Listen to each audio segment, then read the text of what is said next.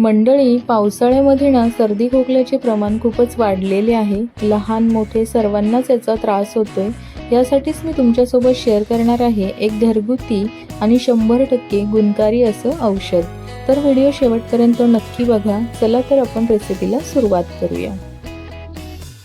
औषध बनवण्यासाठी आपल्याला साहित्य लागणारे 5 ते 6 काळी मिरी आणि 5 ते 6 लवंग, 1 इंच आल्याचा तुकडा, अर्धा चमचा हळद, त्यानंतर मध घेतला आहे.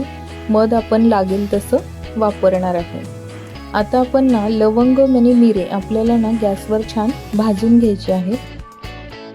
गॅसवर मी लोखंडाची कढई ठेवून घेतली आहे आणि छान कडकडीत अशी तापवून सुद्धा घेतली आहे आणि गॅसची फ्लेम लो केली आहे. आता आपण लवंग आणि मिरे यामध्ये छान असे खरपूस भाजून घेऊया, म्हणजेच ना याची पावडर लगेच होईल. आपल्याला याचं पावडर बनवायचं आहे, त्यामुळे याला छान खरपूस भाजायचं, म्हणजे आपण ज्याला कुटणार ना खलबत्त्यामध्ये तर त्याची पावडर सहजच होईल. हे औषध आहे ना मंडळी, हे 100% गुणकारी आहे. माझ्या मुलीला, माझ्या मिस्टरांना याचा 100% गुण आलेला आहे आणि म्हणूनच मला वाटलं की ही रेसिपी मी तुमच्यासोबत शेअर करायला हवी, जेणेकरून तुम्हाला सुद्धा याचा फायदा होईल. तुम्ही एकदा नक्की हे औषध ट्राय करून बघा, तुम्हाला नक्कीच फरक जाणवेल. लवंग मिऱ्यांचा कलर बघा चेंज झालेला आहे, छान भाजले गेले आहेत खरपूस. आता आपण याला एका प्लेटमध्ये काढून घेऊया आणि थंड करून याची पावडर तयार करून घेऊया. लवंग आणि मिरे छान थंड करून त्याची पावडर मी तयार करून घेतली आहे. बघू शकताय तुम्ही पावडर तयार केलेली आहे. आता आपण ना आलं किसून आणि त्याचा रस काढून घेऊया, ज्यूस. हे बघा, आलं मी छोट्या किसणीने किसून आणि त्याचा असा ज्यूस काढून घेतला आहे. आता आपण औषध तयार करूया. एक वाटी घेतली आहे, त्यामध्ये आपण आता 2 चमचे मध टाकूया. सुरुवातीला आपण 2च चमचे टाकतोय.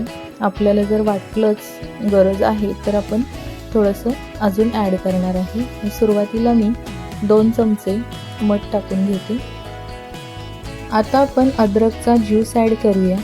अद्रकमुळे ना मंडळी घशामध्ये जी खवखव होते, ती जळजळ होते, अद्रकच्या रसामुळे ती खवखव आपली कमी होते आणि कफसुद्धा अद्रकमुळे ना पातळ होते.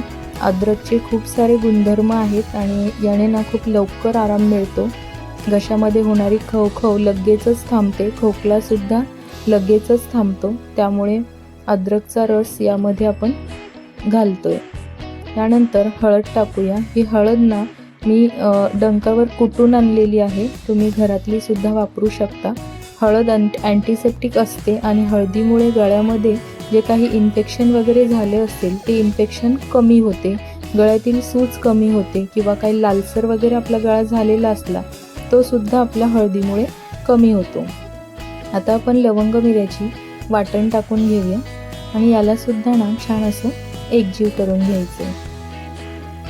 हे औषध घेतल्यानंतर ना थोडा एक 10 मिनटं तरी ना आपल्याला यावर पाणी प्यायचं नाही आहे, म्हणजेच ना हे औषध असं गळ्यामध्ये राहायला हवं चिटकून, आणि म्हणूनच त्याचा ना फरक लवकर पडतो. त्यामुळे 5 ते 10 मिनटं तरी हे औषध घेतल्यानंतर ना यावर पाणी नाही प्यायचं. थोडंसं मध मला कमी वाटलं म्हणून अजून 1 चमचा मी ॲड केला आहे. औषध आपल्याला किती बनवायचे त्यावरच हे डिपेंड करते की आपण किती मध घ्यायला हवं. तर आपलं हळद आणि अद्रकचा रस हे जास्त प्रमाणात होतं. एवढ्या साहित्यासाठी ना 3 चमचे मध आपल्याला लागलेलं आहे आणि लहान मुलांसाठी जर आपण हे बनवत असाल तर थोडंसं मध जास्तच असायला हवं, कारण लवंग आणि मिरे ना थोडेसे तिखट असतात. अद्रकचा रससुद्धा तिखटच असतो. मोठ्यांसाठी जर करत असाल तर मध थोडंसं कमी वापरलं तरीसुद्धा चालेल.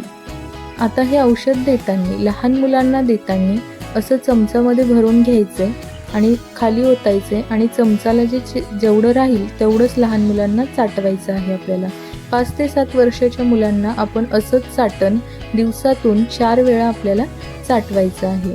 मोठ्यांना देताना 1 चमचा सकाळी आणि 1 चमचा संध्याकाळी या प्रमाणामध्ये आपल्याला द्यायचं आहे.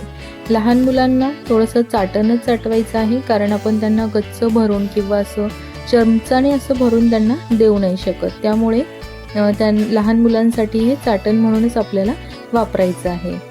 चला तर मंडळी, सर्दी खोकल्यासाठी आपलं औषध तयार झालेलं आहे. व्हिडिओ तुम्हाला कसा वाटला मला कमेंटमध्ये नक्की सांगा. आवडल्यास लाईक करा.